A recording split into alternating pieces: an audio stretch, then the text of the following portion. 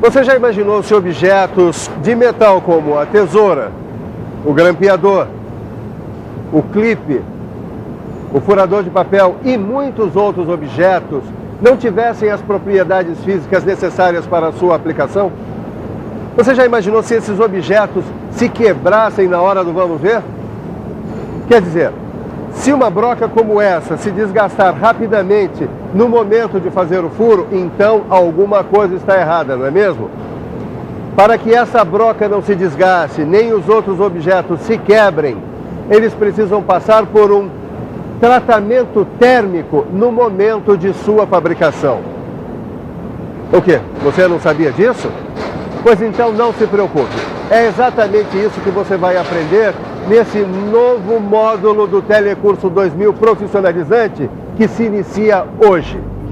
Vão ser 10 teleaulas nas quais você vai aprender, entre outras coisas, o que é o tratamento térmico, como o aço pode ser amolecido ou endurecido, os tipos de tratamento térmico, os equipamentos usados no tratamento térmico e até mesmo os cuidados a serem tomados com os resíduos e efluentes resultantes dos processos de tratamento térmico. Para aprender tudo isso, você pode contar comigo. Neste módulo, eu vou trabalhar aqui nessa empresa de tratamento térmico como técnico em metalurgia. Na teleaula de hoje, você vai aprender em que consiste o tratamento térmico, vai ver que ele muda as propriedades mecânicas do metal sem modificar o seu estado físico e que essas mudanças dependem de 3 fatores. E vai ver também como os átomos se agrupam no aço. Todo mundo a postos? Então vamos em frente. Está começando o curso de tratamento térmico dos metais.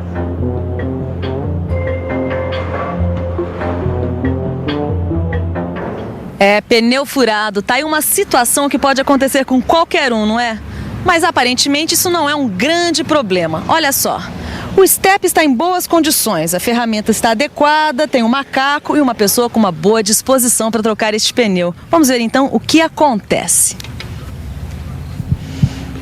Ixi, pelo jeito a situação não foi assim tão simples, né?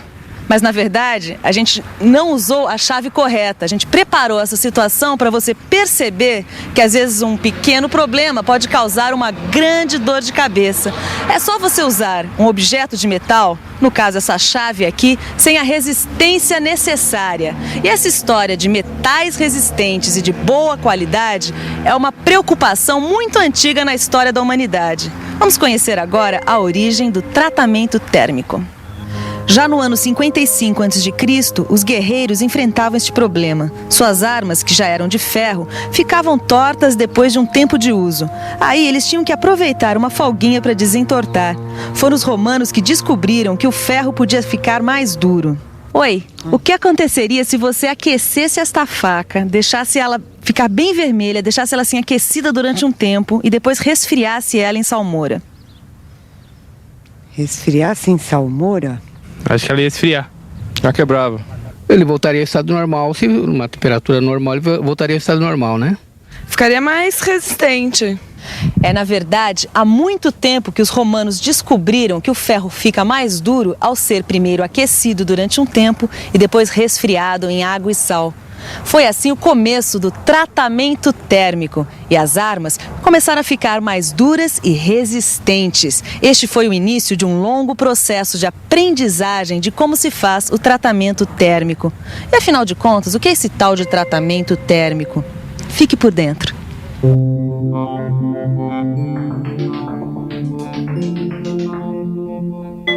De maneira simplificada, o tratamento térmico consiste em aquecer e resfriar uma peça para que ela atinja as propriedades físicas desejadas como dureza, elasticidade, ductibilidade, resistência à atração, etc.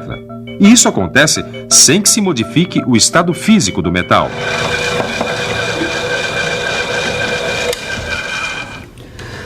Pera aí, Ananias, deixa eu entender direitinho esse negócio de propriedades físicas. No caso dessa broca aí, por exemplo, é fácil entender a necessidade da dureza. Agora, elasticidade, resistência à tração, aí tá difícil. Você não podia me dar um exemplo prático disso, não? Claro que eu posso, Caio. Preste atenção. Dá uma olhada nessa mola espiral aqui, usada em sistema de suspensão de um veículo. Quando ela é comprimida, ela armazena energia. Ao se soltar, ela retorna rapidamente. Já sei. Essa mola então tem que ter elasticidade, dureza e resistência suficientes para aguentar os trancos, é isso? É isso aí. Olha, essas propriedades elas são conseguidas graças ao tratamento térmico. Que tal a gente ver agora passo a passo o tratamento térmico? Opa, vamos lá, beleza. É hora de ver os procedimentos do tratamento térmico de uma peça de aço. Bom, o primeiro passo é ajustar a temperatura do forno de acordo com o tipo de material da peça que vai ser tratada. Aí, com a temperatura adequada, coloca-se a peça no forno. Essa peça fica no forno durante um tempo estabelecido, de maneira a adquirir as propriedades desejadas. Depois o forno é desligado e a peça é retirada com o auxílio da talha. Daí, a peça é colocada no chão, onde é deixada para resfriar em temperatura ambiente. Pronto, está feito o tratamento térmico. Tratamento que provoca mudanças das propriedades mecânicas. E essas mudanças dependem de 3 fatores. Temperatura de aquecimento. Velocidade de resfriamento. Composição química do material. Você viu?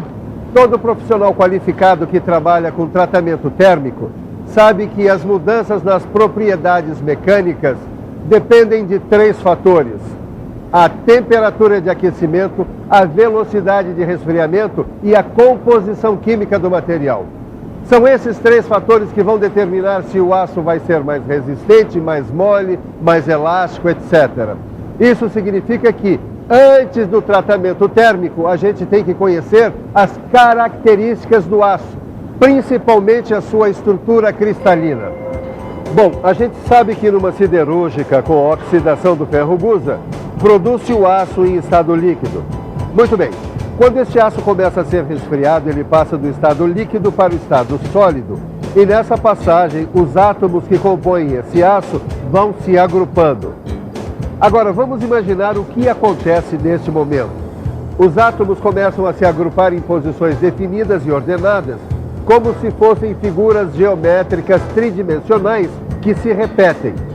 Esse conjunto de átomos que ocupam posições fixas e definidas formam uma estrutura que a gente chama de célula unitária. Mas as coisas não param por aí. Durante o processo de solidificação, as células unitárias vão se multiplicando, formando uma rede cristalina. Agora atenção, como as células unitárias são tridimensionais, quando se juntam, elas apresentam um contorno de agregado de cristais irregulares. Esses cristais, formados por milhares de células unitárias, são chamados de grãos. Agora chega de imaginar. A gente pode muito bem ver com os nossos próprios olhos como são esses grãos. Para isso basta a gente ter uma peça de aço com a superfície bem polida e atacada quimicamente e um bom microscópio. Dá só uma olhada. Essa peça é de um tipo de aço com baixo teor de carbono. Repare que ela tem regiões mais claras e regiões mais escuras, todas com contornos muito bem definidos. Cada área clara ou escura representa um grão. Agora, para guardar de vez. Os átomos que compõem o aço se agrupam formando uma estrutura geométrica tridimensional chamada de célula unitária. Milhares dessas células unitárias juntas formam os cristais irregulares que nós chamamos de grãos. Agora, você por acaso reparou que tipo de figuras geométricas esses átomos formam? Você sabe me dizer o nome dessas figuras geométricas? Esse é um cubo e esse é um prisma hexagonal. Um quadrado e um prisma. Cubo e prisma. Esse é um cubo e esse é um prisma hexagonal, tá certo isso? Certo. Agora você pode me dizer o que essas formas geométricas têm a ver com a maneira que os átomos se organizam, por exemplo, numa ferramenta como esta aqui? Agora complicou, né? Não faço ideia. Não tenho a mínima ideia. Eu não sei. Eu não saberia lhe dizer. É claro que quem não é da área não precisa saber, mas se você é ou pretende ser um profissional da metalmecânica, você deve saber que essas figuras geométricas têm tudo a ver com a maneira que os átomos se organizam para formar uma peça de metal. Olha só, seja no cobre, no alumínio, no ferro no chumbo ou em qualquer outro metal, os átomos se organizam na forma de uma figura geométrica regular. Cada metal tem uma forma geométrica específica. Pode acontecer de vários metais apresentarem a mesma forma.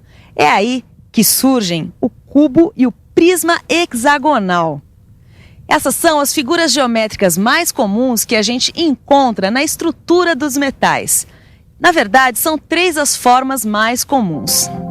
Vamos lá. A primeira é essa, chamada de reticulado cúbico de corpo centrado, ou CCC. Repare que os átomos assumem uma posição no espaço em forma de cubo. 8 átomos se posicionam nos vértices e um fica no centro. O ferro, em baixa temperatura, é um exemplo desse tipo de estrutura.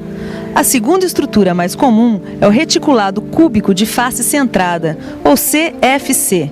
Aqui também, 8 átomos ocupam os vértices, formando um cubo. A diferença fica por conta dos 6 átomos que ocupam os centros de cada uma das faces do cubo. O ferro, em alta temperatura, adquire essa estrutura. Bom, por último, temos o reticulado hexagonal compacto, ou HC. Nesse caso, são 12 átomos posicionados nos vértices de um prisma de base hexagonal. E ainda 2 átomos nos centros das bases e mais 3 no interior do prisma. Pera aí, Ananias, vamos com calma. Deixa eu ver se eu guardei essas 3 estruturas mais comuns entre os metais. Reticulado cúbico de corpo centrado, CCC. Reticulado cúbico de face centrada, o CFC. E esse é o reticulado... Peraí. É só lembrar que a base é hexagonal. Reticulado hexagonal. Reticulado hexagonal compacto, ou HC. Pera aí, Ananias.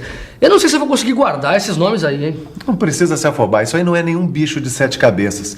E você também, não se preocupe, porque essas estruturas vão continuar aparecendo nas próximas teleaulas. Além disso, no seu livro de estudos está tudo muito bem explicadinho. É só estudar com atenção. Ananias, por via das dúvidas, que tal se a gente desse uma boa revisada em tudo que a gente aprendeu nessa teleaula de hoje, hein? Boa ideia, Caio.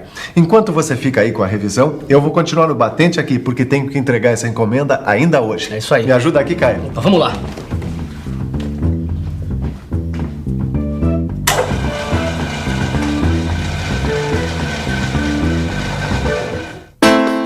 E atenção, se liga aí que é hora da revisão. Na teleaula de hoje, você viu que a obtenção de metais resistentes e de boa qualidade é uma antiga preocupação dos homens. E que foram os romanos que descobriram que o ferro ficava mais duro quando esquentado durante algum tempo e depois resfriado em salmoura. Aprendeu que, de forma geral, o tratamento térmico consiste em aquecer e resfriar uma peça de metal para que ela atinja as propriedades físicas desejadas como dureza, elasticidade, ductibilidade, resistência à atração, e que isso acontece sem que o estado físico do metal se modifique. Viu que o tratamento térmico provoca mudanças nas propriedades mecânicas do aço e que essas mudanças dependem da temperatura de aquecimento, da velocidade de resfriamento e da composição química do aço. Ficou sabendo que os átomos do aço se agrupam em formas geométricas, chamadas células unitárias, e que milhares dessas células se juntam formando os grãos. Por último, viu as 3 formas mais comuns nas quais os átomos de metal se agrupam: reticulado cúbico de corpo centrado, ou CCC, reticulado cúbico de face centrada, ou CFC, e reticulado hexagonal compacta, ou HC. Já sei. Ficou fã do tratamento térmico, não é mesmo? E olha que isso é apenas o começo. Tem muita informação importante por aí. Na próxima teleaula, por exemplo, você vai conhecer melhor a estrutura do aço para entender o que acontece lá dentro dele quando é feito o tratamento térmico. Mas agora calma. Agora é hora de dar uma boa estudada no que a gente viu hoje. Eu espero você na nossa próxima teleaula com um montão de informações. Até!